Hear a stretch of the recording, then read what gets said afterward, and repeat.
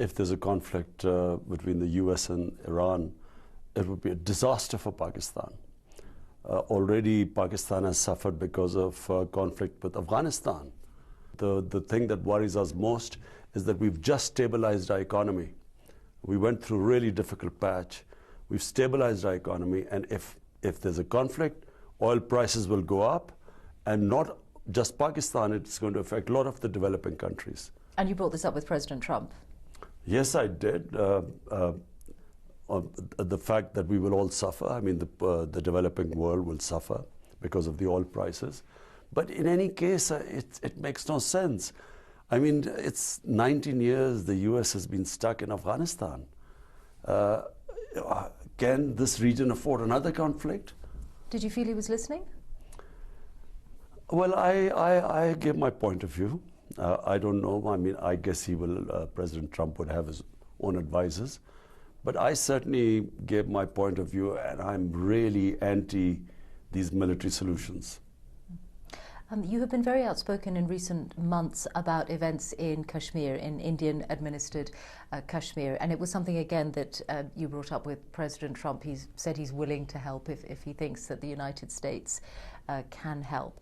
But when all of this began, when India revoked the special status of Kashmir back in August, you compared the Indian government to the Nazis. You said, will the world stand by and watch like they watched Hitler at Munich? Did you mean to make that comparison? Absolutely. India at the moment is being run by an extremist ideology which is called RSS. RSS got its inspiration in 1925 when it was formed by the Nazi Party. They admired the Nazi Party. They admired the racial purity of the Nazis, and then the ethnic cleansing of Muslims from India, the way the Nazis dealt with the Jews. This is, all you have to do is read the writings of the founding fathers of RSS, and you will know it is an extremist, racist ideology which murdered Mahatma Gandhi. He was murdered by RSS. It was banned 3 times in India. And sadly, that's taken over a country of 1 billion people. This is the organization that is the precursor, if you like, to the BJP party of Prime Minister Modi. Prime Minister Modi is a life member of this party. But that is not what we are seeing in India right now. There are clearly nationwide protests. There are Muslims who feel that their identity is at stake. But to many people, the comparison with the Nazis will seem not only far-fetched, but offensive. Well, I mean, all you have to do is read what the founding fathers of RSS said.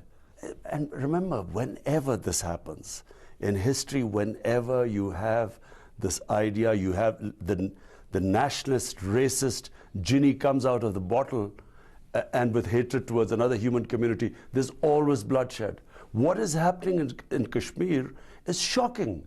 8 million people are in an open prison for over 5 months. Okay, but then let me ask you about what is happening in another of your neighbours, China, in the western region of China, Xinjiang, where we have overwhelming evidence over many, many months about the systematic incarceration of hundreds of thousands of Muslims, about re-education camps, as the Chinese call them, about surveillance outside the camp. So where are your public statements on that?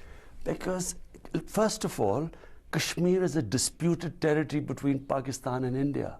It concerns us directly. Okay, but I'm not because it's my neighbor. I'm not only talking about Kashmir, I'm talking about the broader point that you are making about Muslims in India and about the ideology of the governing party in India. Do you have any concerns about what is going on in Xinjiang to Chinese Muslims? At the moment, I do not know enough about it. And if I have, we will speak to the Chinese privately.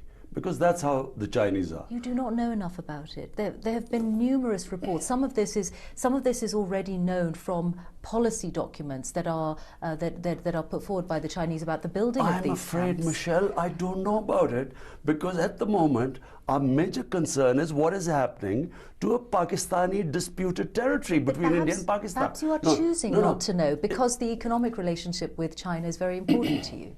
No. Then, I mean, I could be talking about everywhere the Muslims, just look at it, from Libya to Syria to Somalia to Yemen. I mean, there are Muslims being killed everywhere. So I should be talking about everyone. So what is the way forward then? Are you hoping that President Trump does get involved, that he takes on some kind of role? I mean, that would...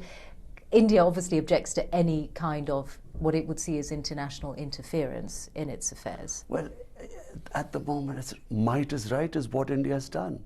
It's violated the United Nations resolution. It's violated similar agreement between Pakistan and India.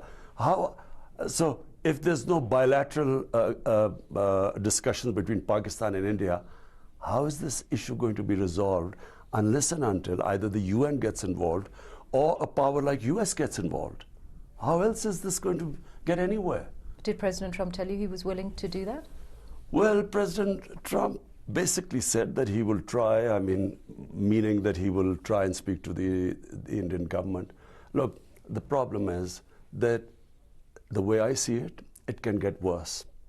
The way where we stand today, unfortunately, I feel that unless there's some intervention by European Union, by the United Nations, by the United States, I just feel that things will just go from bad to worse.